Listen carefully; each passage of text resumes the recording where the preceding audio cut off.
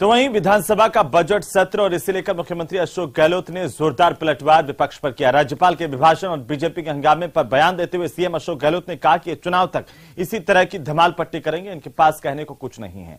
अभिभाषण में सरकार के विकास से जुड़े मसले थे और इसीलिए राज्यपाल के अभिभाषण को इन्हें सुना नहीं था और इनको सुनना नहीं था, यह कहना है सीएम अशोक गहलोत का। क्या कुछ कहा, सुनिए। बीजेपी के हवा निकल जाती क्योंकि इतनी बड़ी उपलब्धियां हैं सरकार की।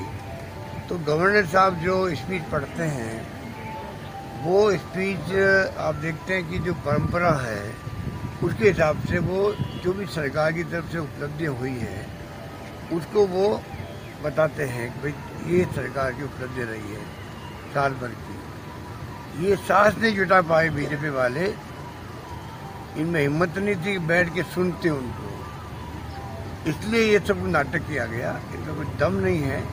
पेपर लीक का जहाँ तक सवाल है, पेपर लीक की चिंता इनसे ज़्यादा हमें है, क्योंकि अगर हम लोग नौकरी नहीं लगाते तो अलग बात थी। नौकरी हम इतनी लगा रहे हैं जो हिंदुस्तान में किसी राज्य में नहीं लग रही है।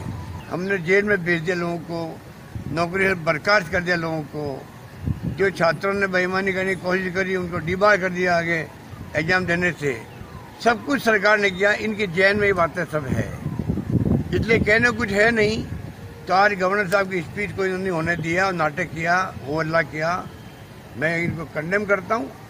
ये नेता प्रतिपक्ष सबसे पहले वो खड़े हो गए, ये सोच समझ के आए थे कि हमें क्या हाउस में करना है। अब ये हाउस को इस रूप में चाहेंगे कि लास्ट बजट है इसलिए किसी तरह धमाल पट्टी करो, जनता में हमारी उपलब्धियों का मैसेज नहीं जा। ये इनकी पूरी चाल है कि चुनाव तक का मैं कह सकता हूँ ये उपलब्धियां सरकार के सामने नहीं आए, जनता के सामने नहीं आए, उस षड्यंत्र में लगे हुए हैं।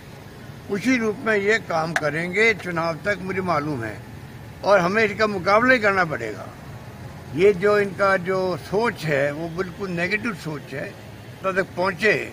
ये चाहते हैं कि जो हमने घोषणाएं करी उसका लाभ जनता को नहीं मिले, इसलिए भी ये जानबूझ के नाटक करते जाएंगे। इसका मुकाबला भी हमें ही करना पड़ेगा, हमारी पार्टी को ही करना पड़ेगा, मैं कह सकता हूँ।